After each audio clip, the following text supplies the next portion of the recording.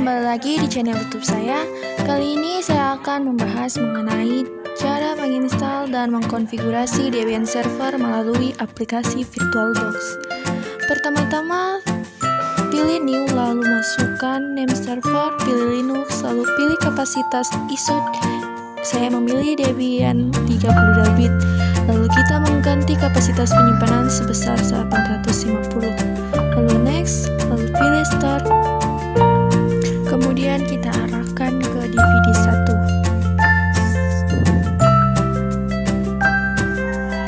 Setelah itu, pilih grafik install. Kemudian kita memulai menginstal Debian. Pertama-tama kita arahkan ke English. Selanjutnya kita memilih Outer, lalu pilih Asia. Kemudian kita memilih Indonesia, lalu kita memilih Unit Sentence.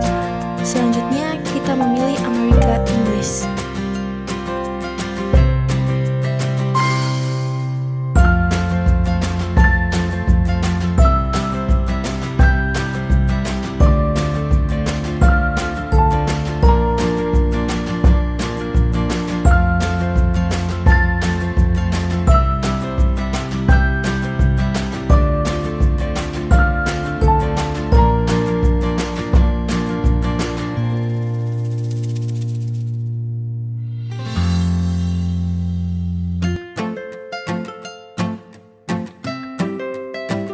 Selanjutnya, pilih hostname yang akan digunakan untuk sistem Debian.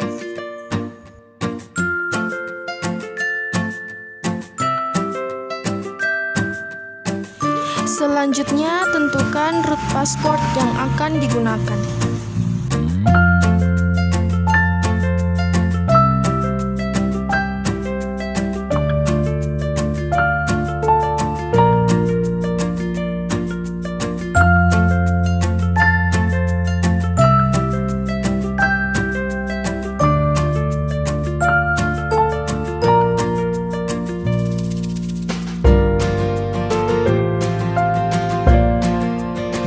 Selanjutnya, pemilihan zona waktu sesuai dengan waktu yang Anda gunakan.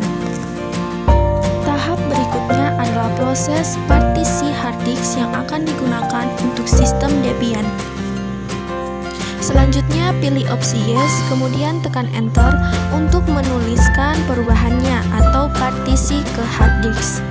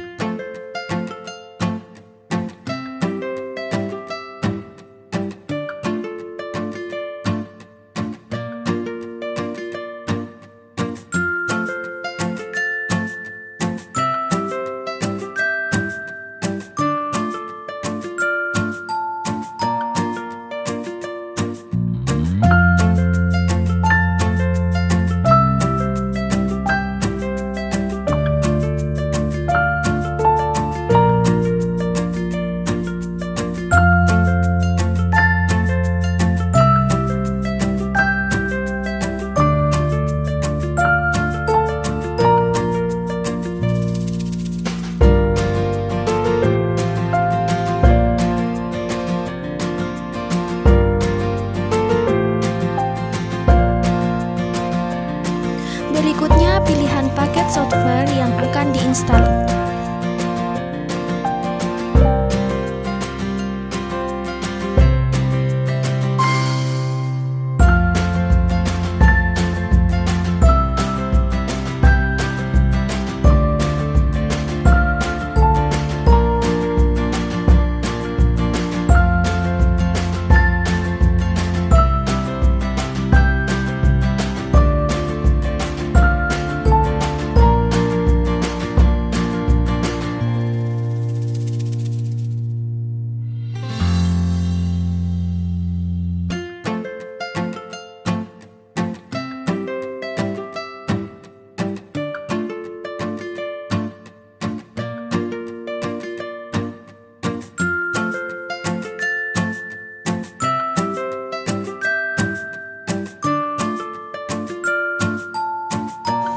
Selanjutnya, untuk bootloader, pilih opsi Yes.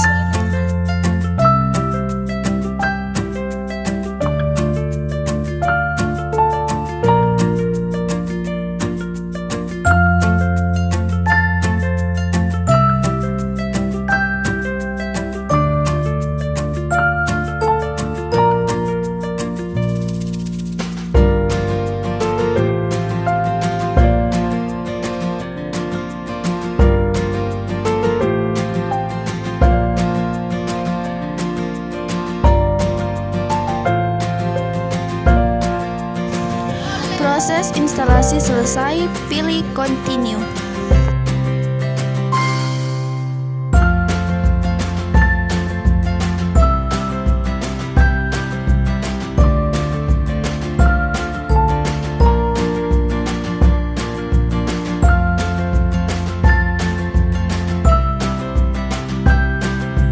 Selanjutnya kita akan mengkonfigurasi IP address. Di sini saya menggunakan settingan DHCP untuk device atau interface yang mengarah ke public.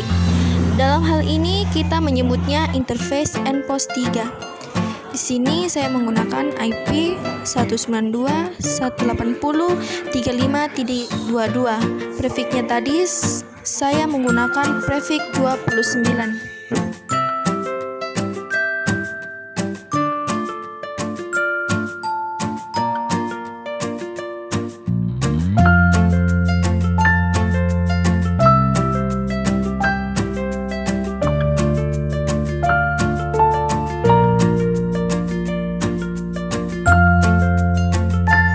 Selanjutnya kita akan coba untuk ping IP.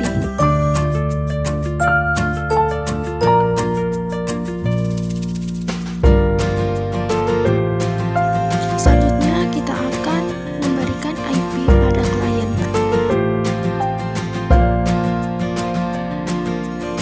Di sini saya menggunakan IP 192.180.35.21.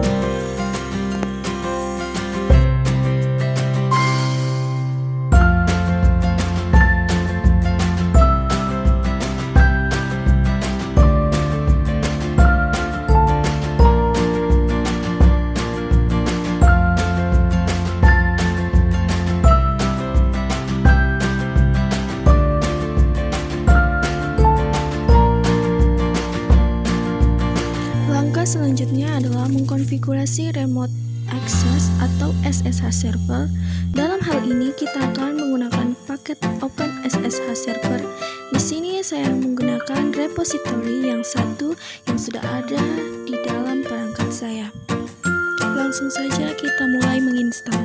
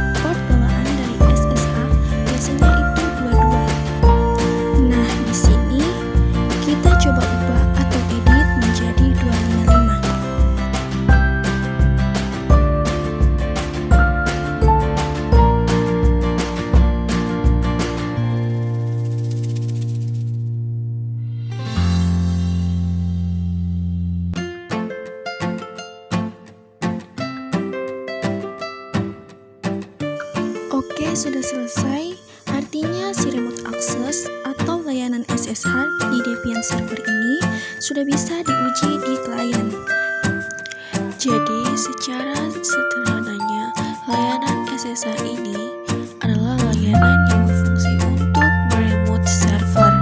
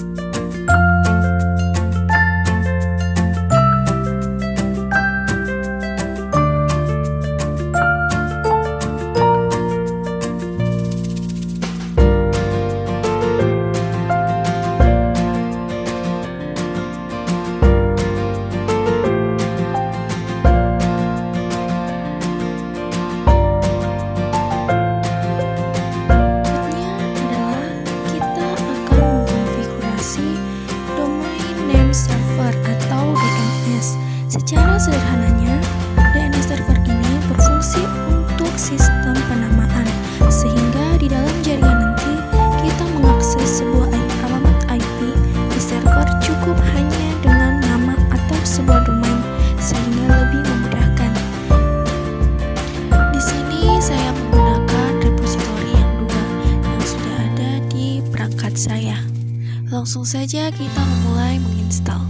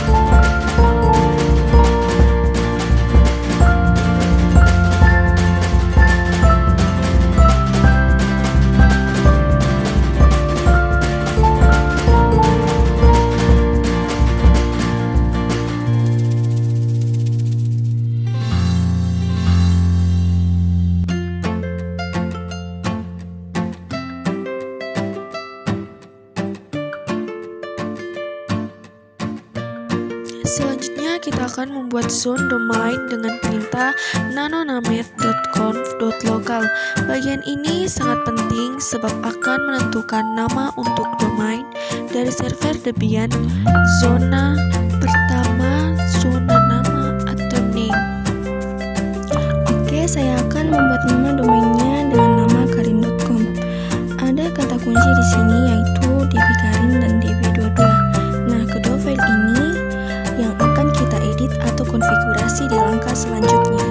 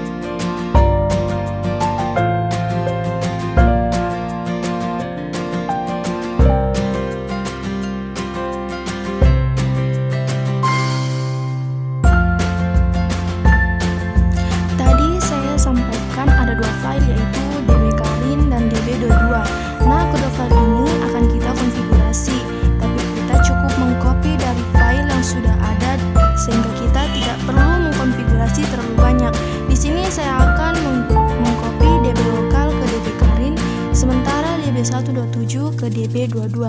Setelah itu baru kita konfigurasi file yang db karin dan db22. Di sini kita akan mengganti semua kata localhost dengan nama domain kita. Di sini juga saya akan menambahkan beberapa subdomain yang akan kita sesuaikan dengan skenario, yaitu www, mail, ntp, dan ftp.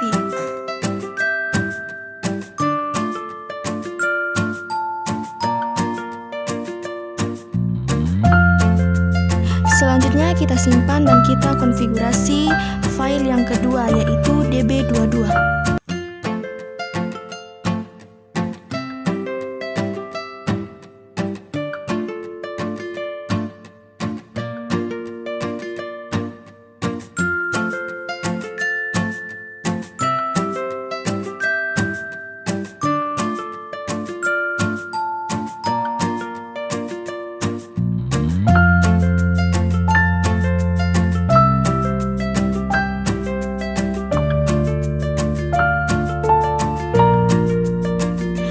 Selanjutnya adalah kita akan mengkonfigurasi direktori etc resolve-nya. Oke, di sini kita akan ganti IP-nya jadi IP localhost-nya. Setelah itu di restart.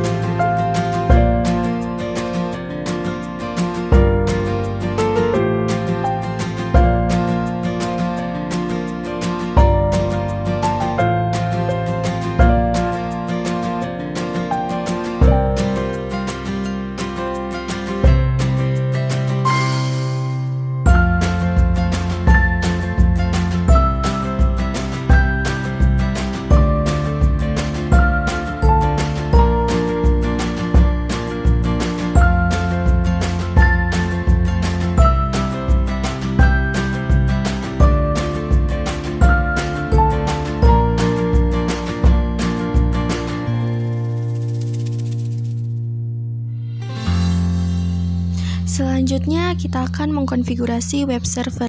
Di sini saya akan menggunakan repository 1 yang ada di perangkat saya. Saya menggunakan aplikasi Apache 2.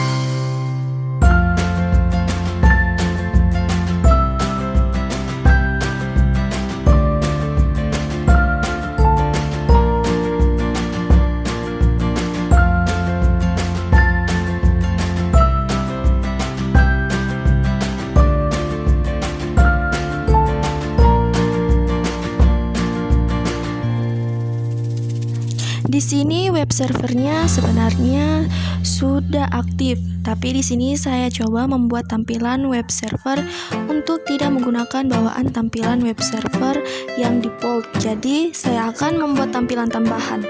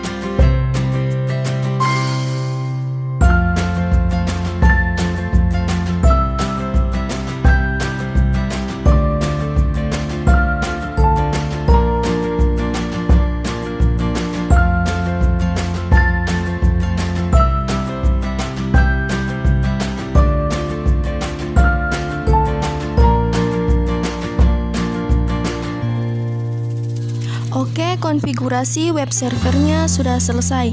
Kita tinggal mengujinya di klien.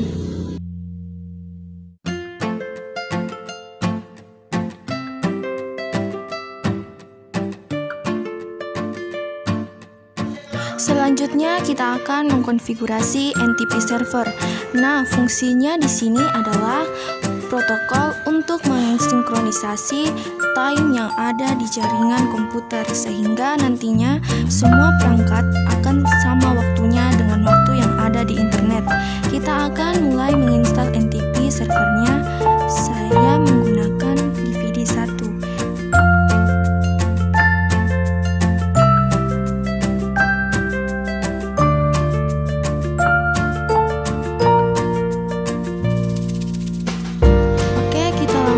Konfigurasi NTP-nya.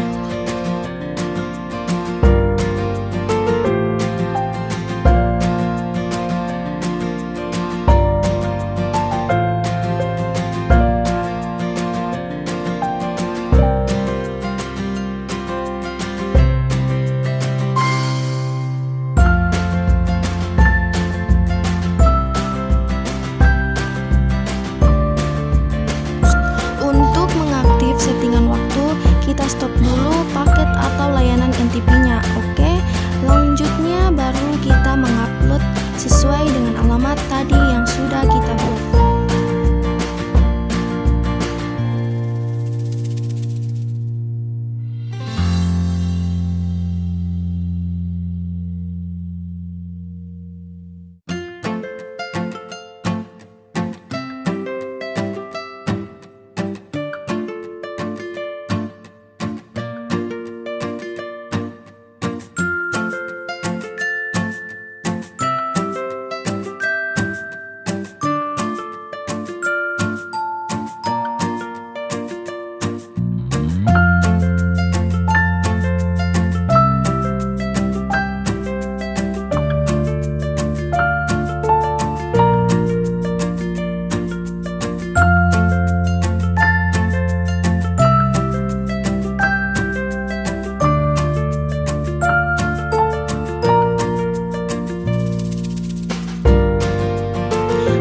Selanjutnya, dalam hal ini, saya menggunakan repository 2 yang sudah ada di perangkat saya.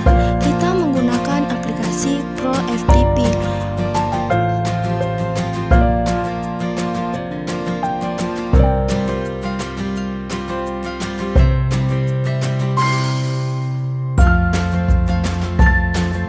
Oke, sudah selesai.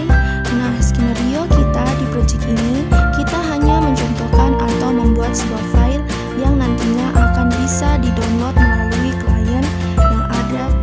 Saya akan mencontohkan membuat file di directory atau di user.karin.com.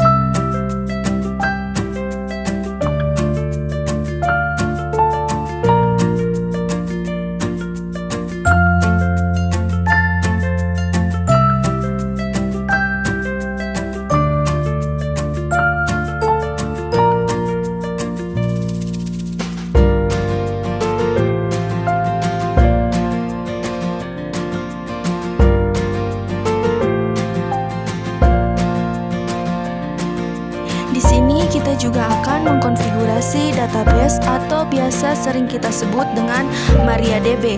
Selanjutnya di sini saya akan memperlihatkan langkah-langkah mengkonfigurasi sebuah database atau MariaDB.